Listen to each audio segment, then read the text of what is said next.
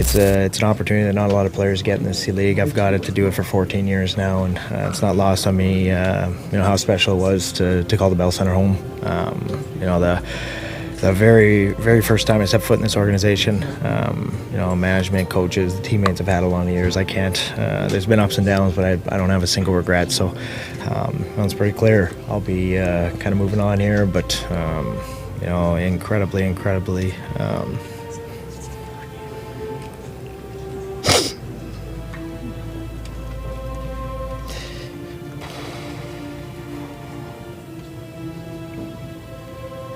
Sorry. Jeez.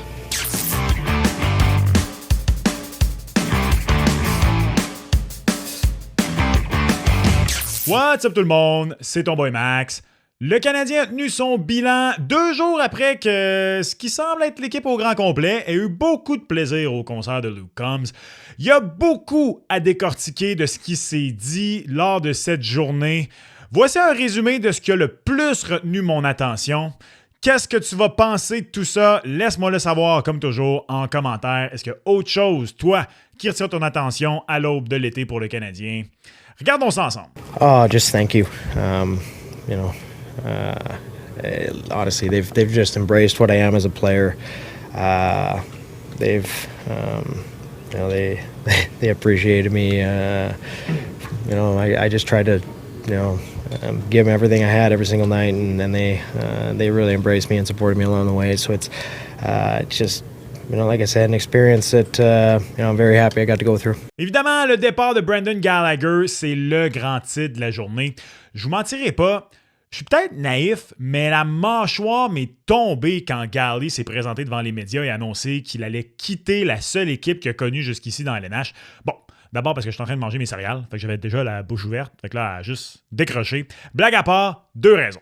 Kent Hughes venait de dire qu'il allait devoir s'asseoir avec lui et voir ce qu'on allait faire.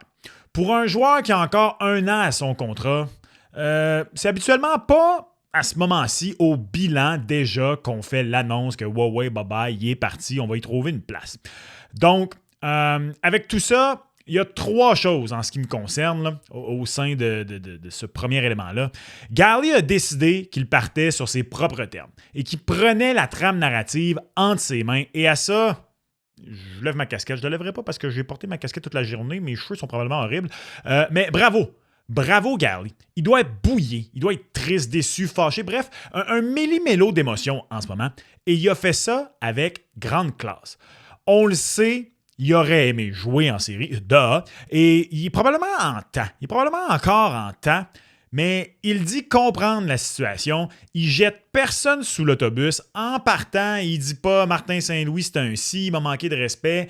Non, il veut continuer à jouer et il va aller jouer ailleurs. Il a fait tout ça avec grande classe. Donc ça, numéro 1. Numéro 2, c'est sa décision. Bien qu'il ait un peu forcé de la prendre, soyons honnêtes, la décision en tant que telle, on ne saura jamais si, ou du moins on ne le saura pas tout de suite, peut-être qu'on va le savoir dans quelques années. La vérité finit toujours par sortir, avait dit Guy Carbonneau. Était-tu sorti d'ailleurs? Ça, c'est pour une autre histoire. Mais je me pose la question de quand il dit que c'est cette décision qui a été un petit peu forcé de la prendre, comment ça s'est fait? J'aurais vraiment été curieux de savoir. Est-ce que le Canadien lui a dit, écoute, tu ne joueras pas ici l'an prochain. Tu peux rester, mais on va t'envoyer dans les mineurs. Ou tu vas faire partie de l'équipe, tu vas être là, mais tu sais, t'es le dernier recours. Tu vas jouer s'il y a vraiment beaucoup de blessures. Ça se peut que tu joues 20 matchs, ça se peut que tu joues 15 matchs, ça se peut que tu joues 25 matchs. Et donc, il est forcé de prendre la décision parce que ça ne l'intéresse pas, même au sein d'un Canadien qui est en train de devenir meilleur. Peut-être allait-il jouer, mais 40 à 60 matchs, peut-être un petit peu ce que Joe Veleno a été pendant la saison, vraiment le 13e, 14e attaquant, et tout allait dépendre des blessures. Et ça, la raison pourquoi je suis curieux de savoir ça, c'est que c'est une grosse décision à prendre dans ce cas-là pour Brendan Gallagher. Pas jouer beaucoup et être un leader auprès de cette jeune équipe où, je veux dire, Nick Suzuki, Cole Caulfield, ce sont maintenant des jeunes vêtres qui l'a vu se développer au sein de l'équipe. Il y en a plein d'autres. En fait, tout le monde, au grand complet, il les a vus arriver.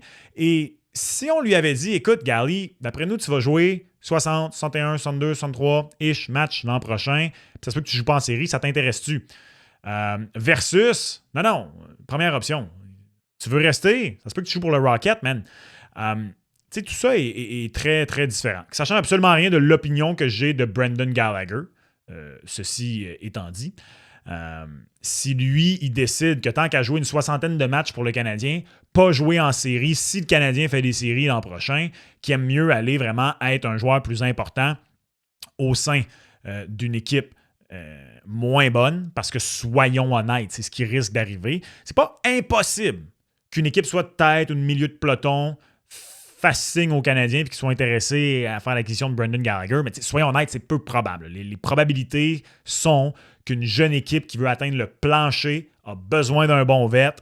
Probablement ça qu'attend Brendan Gallagher. Donc, qu'il décide d'aller dans cette option-là pour pouvoir jouer, plutôt que de rester à Montréal et peut-être pas jouer. Personnellement, comme je dis, j'ai quand même beaucoup de respect, peu importe sa décision. Ça ne fait pas de lui un loser ou quoi que ce soit de vouloir continuer à jouer sur le plan individuel. De toute façon, l'équipe passait à autre chose. Y avait-il réellement un choix, en fait? C'est ça la question que je me pose pour Brendan Gallagher. D'ailleurs, aller au sein d'une mauvaise équipe, ça ne veut même pas dire qu'il n'y aura peut-être pas une chance de jouer du hockey d'importance. Regardez les Sharks cette année. Absolument personne ne s'attendait à ce que les Sharks jouent des matchs d'importance en fin de saison. Finalement, c'est ça qui est arrivé. D'ailleurs, ça peut être une option, les Sharks, pour Brendan Gallagher. Malgré tout le beau jeune talent qu'ils ont, ils ont besoin de vêtements. Ils ont besoin d'atteindre le plancher. Et finalement, la troisième chose sur Brendan Gallagher, en fait, c'est pas par rapport à la situation telle, c'est juste, je sais que t'écoutes pas ça, Gally, là, mais merci. Merci, Brendan Gallagher. Je pense pas être le seul à avoir essuyé une larme quand lui-même a craqué au début de son point de presse. Pour ceux qui n'écoutaient pas en direct, il a pris une pause pour se ressaisir avant de revenir. Le sport professionnel est cruel. Brendan Gallagher méritait tellement d'être de la formation des 2 derniers matchs contre les Hurricanes. Je vous cacherai pas, j'en veux encore un peu à Martin Saint-Louis. Sa job, c'est de gagner des matchs et en série encore plus. Les émotions ne doivent pas embarquer dans les décisions, sauf que l'émotion, c'est ce que le Canadien avait besoin dans les matchs 5 et 6, dans les matchs 4 et 5, pardon. Est-ce qu'avec Gally dans l'alignement pour les 2 derniers matchs, l'équipe passait de perdre 4-0 et 6-1 à créer l'égalité dans la série? Non. Est-ce que l'équipe se battait plus farouchement? On ne le saura jamais, mais je pense que oui. Merci pour tout, Brendan Gallagher. Respect aux guerriers. Je pense que tu méritais de partir sur une note différente. Malheureusement, dans le sport professionnel, c'est pas comme ça que ça se passe. Regardez Carey Price, c'est la même chose.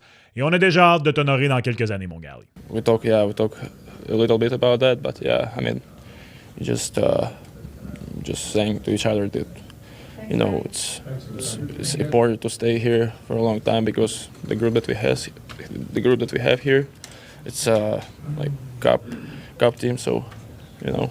So your priority will be to sign as long as possible, Yeah. or earlier as possible. Yeah. Gallagher parti. Maintenant, concentrons-nous sur ce qui s'en vient pour l'équipe. Et numéro 1 pour moi, c'est le contrat d'Ivan Demidov. Le jeune Russe veut que ça se règle cet été. C'est de bon augure. Après ça, il faut que tu sois 2 pour danser. Pourquoi je dis que c'est de bon augure? Il parle avec Lane Hudson, les deux sont de bons amis. Si Kent Hughes réussit à faire signer le même contrat à Ivan Demidov qu'à Hudson, ou pratiquement le même avec les quelques dollars d'inflation que leur année de différence fait, ce sera un coup de maître. Non, Ivan Demidov n'a peut-être pas autant prouvé qu'Hudson après 1 an, dans le sens où ce qu'Hudson a fait comme recrue, c'est encore plus impressionnant que ce que Demidov vient de faire. Pas de cachette, là. Ce sont tes 2 futurs joueurs de franchise, à mon avis, et les 2, ce qu'ils ont fait comme recrue, c'est très impressionnant. Mais disons que Ivan Demidov à 8,85 ou 9 millions à partir de dans 2 ans, ça risque de confirmer que le Canadien va entrer dans sa fenêtre de Coupe Stanley avec un échiquier salarial sensationnel.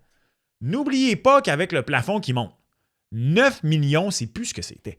Kirill Kaprizov s'apprête à en faire 17 millions au Minnesota.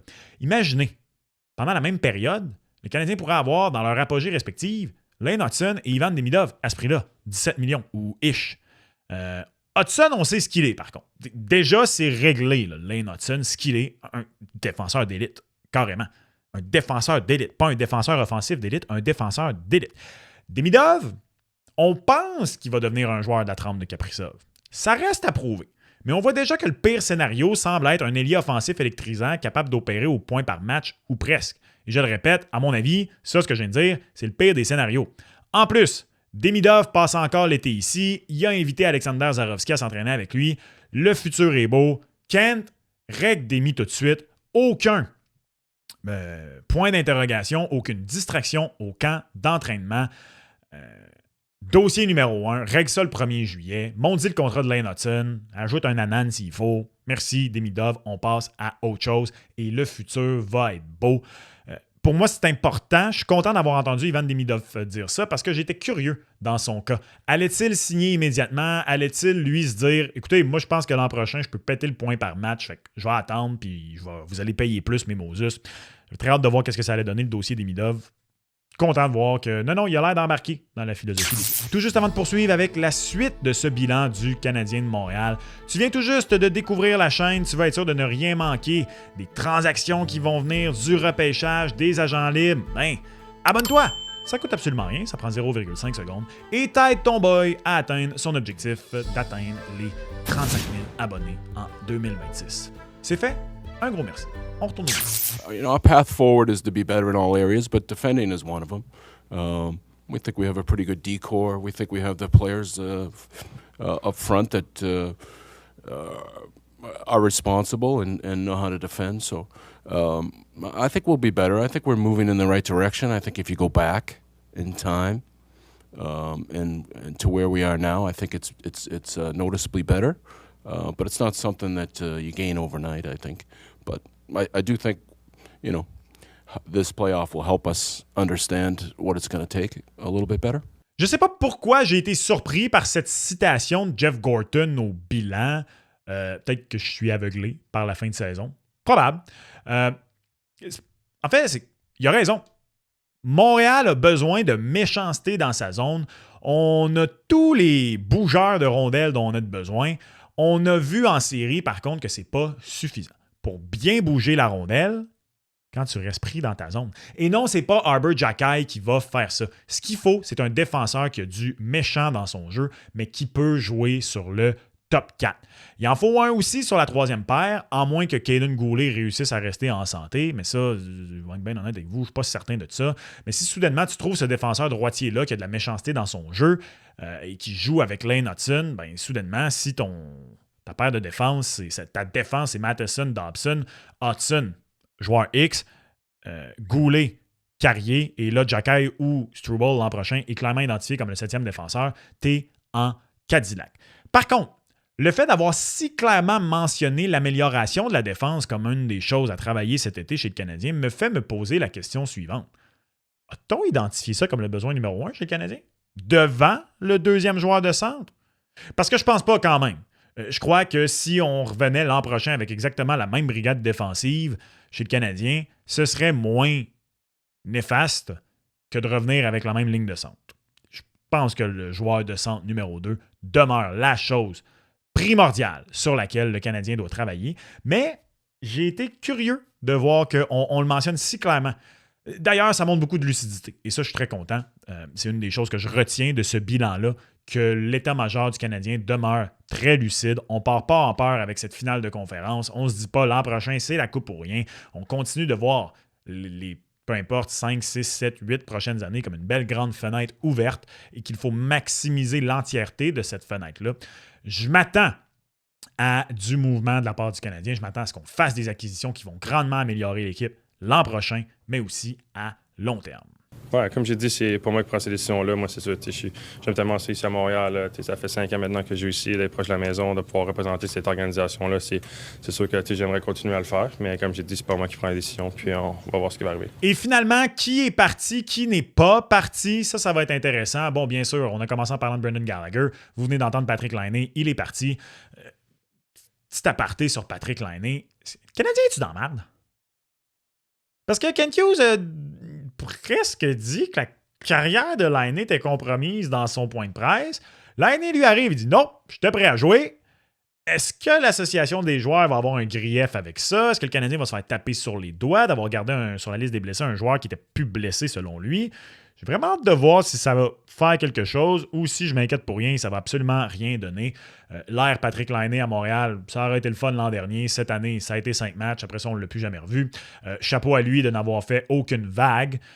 Sachez que Patrick Laine là, va pouvoir signer un contrat avec beaucoup de bonnies beaucoup de bonus en raison du fait qu'il a passé au-dessus de 100 jours sur la liste des blessés cette saison.